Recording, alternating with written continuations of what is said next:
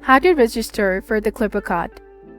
Hello everyone, this is Neha from Create, Login and Delete, and today in this instructional video presentation, I'm going to talk about how can you register your Clipper card. First of all, you have to head over to the official Clipper card website, which is clippercard.com, and if you don't have an account yet, you must create a Clipper card account.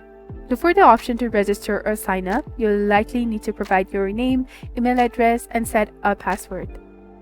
Once logged in, go to the card management section, and this might be labeled as Manage Cards or similar. If your Clipper card isn't added yet, there should be an option to do so. You might need to enter the serial number from the back of your card and confirm that all the details linked to your Clipper card are accurate, including your name, address, and contact information.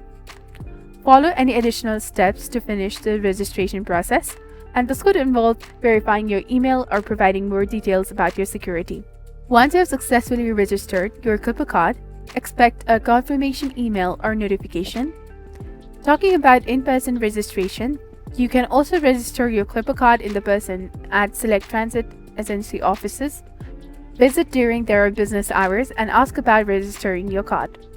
Expect to share your personal details like your name, address, and contact information.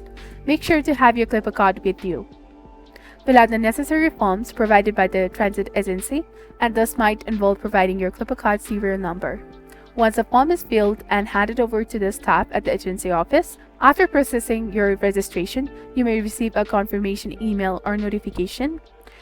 And registering your Clipper card provides balance protection. If your card is lost or stolen, you can report the loss and transfer the balance to a new card.